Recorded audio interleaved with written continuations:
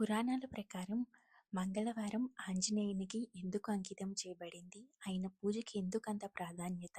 అలానే మంగళవారానికి అధిపతి అయిన కుజగ్రహం గురించి చెప్పుకున్నాం కదండి. ఎవరైనా మిస్ అయి ఉంటే ఆ వీడియోని లింక్ చేస్తున్నాను, ఒకసారి విజిట్ చేయండి.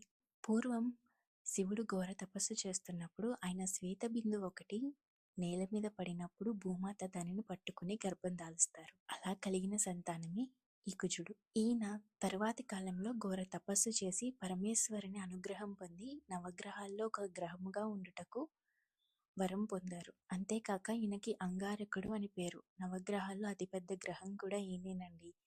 ఈయన ఎర్రటి ఛాయ కలిగి దృఢమైన శరీరంతో ఉంటారు. అందులోనూ నవగ్రహాల అన్నిటిలో ఈయన దయామయుడు అని పేరు.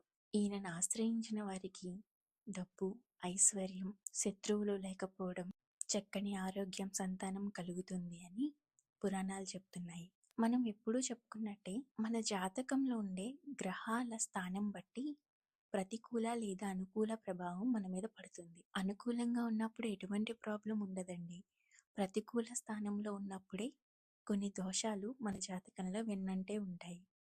అలానే కుజుడు ప్రతికూల శక్తిని చూపించే స్థానంలో ఉన్నప్పుడు కుజదోషం మనలో చాలా మందికి ఐడియా ఉండే ఉంటుంది. పెళ్లి లేట్ అవ్వడం, అలానే ఈ కుజుడు అనుగ్రహం లేకపోవడం వల్ల సంతానం లేట్ అవుతుంది, రుణబాధలు పెరుగుతాయి, శత్రువులు పెరుగుతుంటారు, ఆరోగ్య సమస్యలు వస్తుంటాయి. కాబట్టి మంగళవారం రోజు ఈయనకి ఎంతో ఇష్టమైన ఎర్రటి రంగు కలిగిన పువ్వులు, వస్త్రాలు స్వామికి సమర్పించి ఆయన అష్టకం చదువుకుంటే ఎంతో మంచిదండి. అలానే స్కంద పురాణం ప్రకారం కూడా ఈ కుజగ్రహానికి అధిపతి సుబ్రహ్మణ్యుడు. మనలో ఎంతో మందికి 7 మంగళవారాల పాటు చేసే సుబ్రహ్మణ్యేశ్వర స్వామి అభిషేక ఆరాధన గురించి తెలిసే ఉంటుంది.